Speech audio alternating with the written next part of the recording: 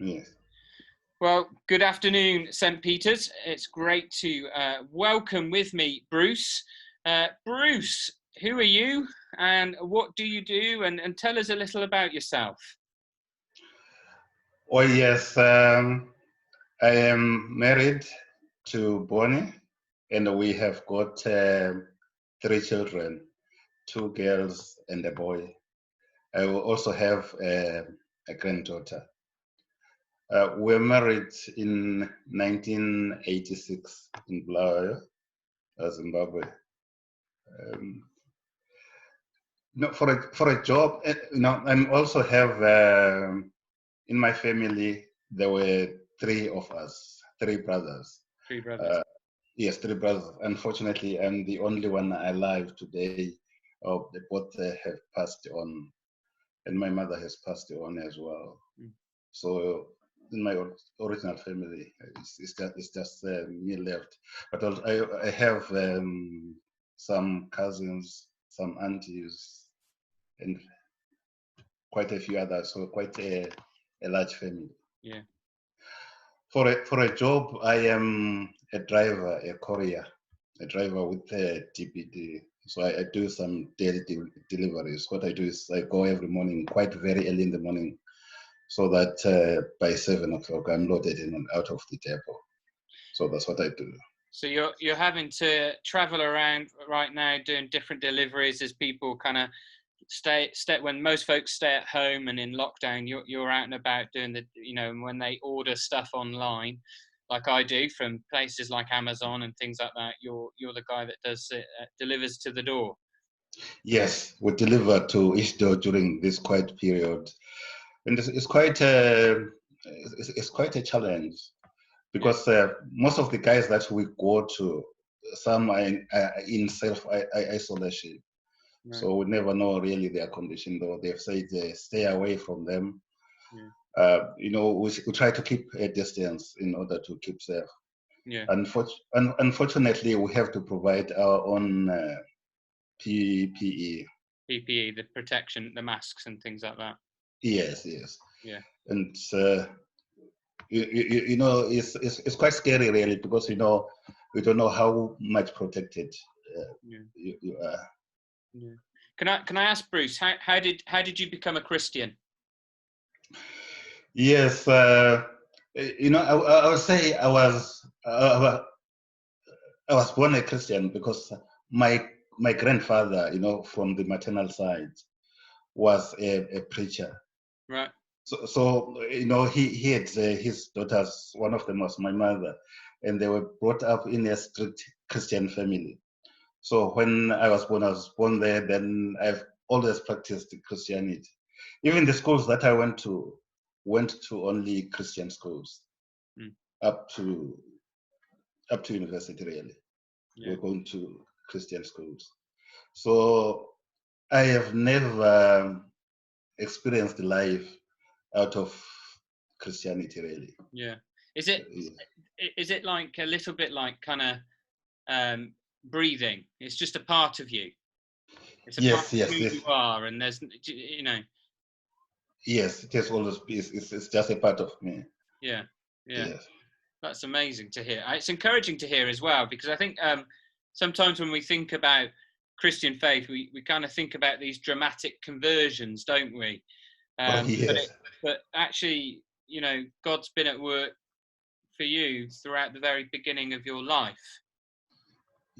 Yes, I could say that. Yes. Yeah. And the fact that I went to Christian schools as well, so we're practicing Christianity throughout. That was being encouraged then. Yeah. Yes. And do you say would you say, because the thing is as well with the job that you've got, it's a very difficult one. You've mentioned that you don't get any PPE. How does your Christian faith kind of sustain you and support you in a kind of in a job like you've got, and in a time like this as well? I have this faith that whatever. I mean, it's true that people should look after ourselves.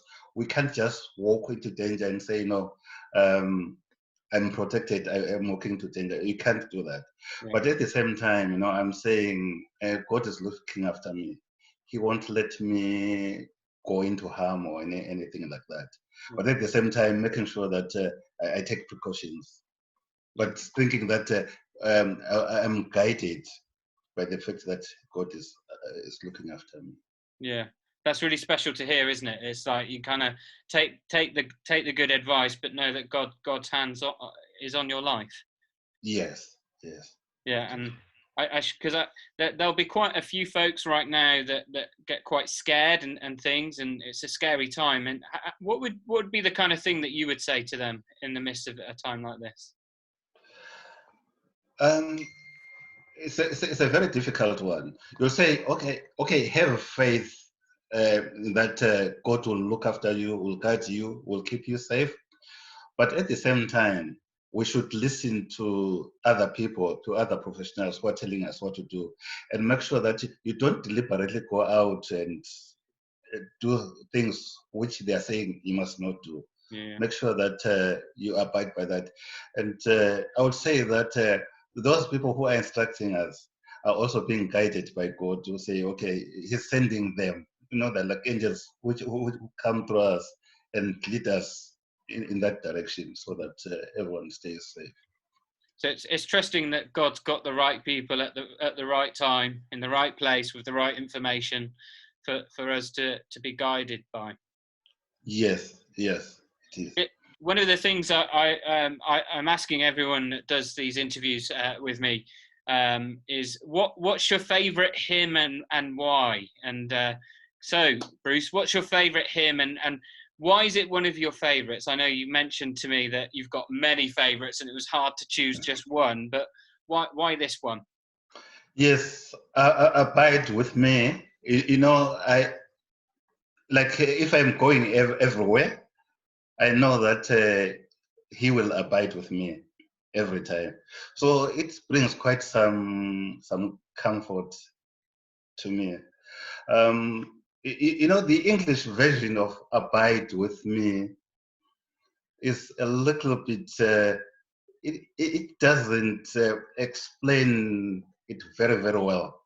But if I put it in my native language, it's spot on. Go on then. What is it? What's it like in your native language? Yes, there's some clarity really to say He is looking after me. Whatever I do, when it gets dark, because when it gets dark, that's when most bad things do happen. But in my language, it will put that into perspective that as it gets dark, I know you are with me. If I can put it in that translation. Yeah, I say, and it's when you mentioned that to me, it's an apt song for a time like we're in right now, isn't it? That God abides with us despite the darkness that we see with this virus. That actually God is with us. Yes. God is with us, and He will never forsake us. Yeah, He will never forsake us. So, finally, with our final question, how you're out on doing these deliveries, and you talked about the risk that you have to take with that. How can we, as a church family, be praying for you? Yes, it's quite stressful driving around, meeting many so people, because most people are not so kind, and these days there is the society. There's something wrong about the society. Some people have got criminal minds. I can put it like most of our guys get stolen from. Right. Like a person will say, Bruce never came to my house. You go to his house, you deliver their parcel, and say, no, you never came to my house. It's very, whatever technological advances the company uses, because now they can check that I was there at this time, and they will say, so my word against the customer's word.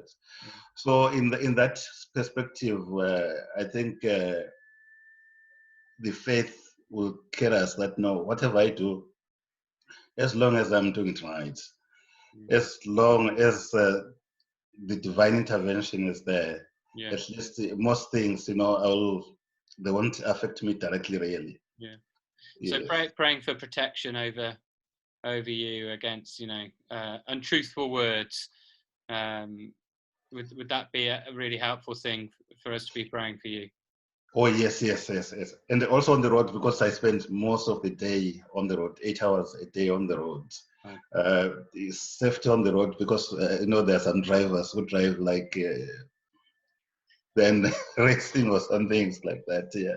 The accidents that we see sometimes on the road, you say, no, is it luck or is it God looking after me? Yeah. I go and come back safely. Well, So I appreciate, prayers yeah. on that.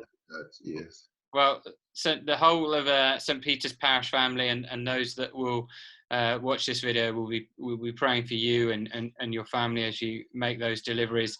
So just to let folks know that as you pray for Bruce and his deliveries, you can listen to his favourite hymn, and there's a link to it now. There'll be one link down below. If you click on the link, that's Abide With Me. And I just encourage you folks to be praying for Bruce at this time. Take care, St. Peter's, and God bless.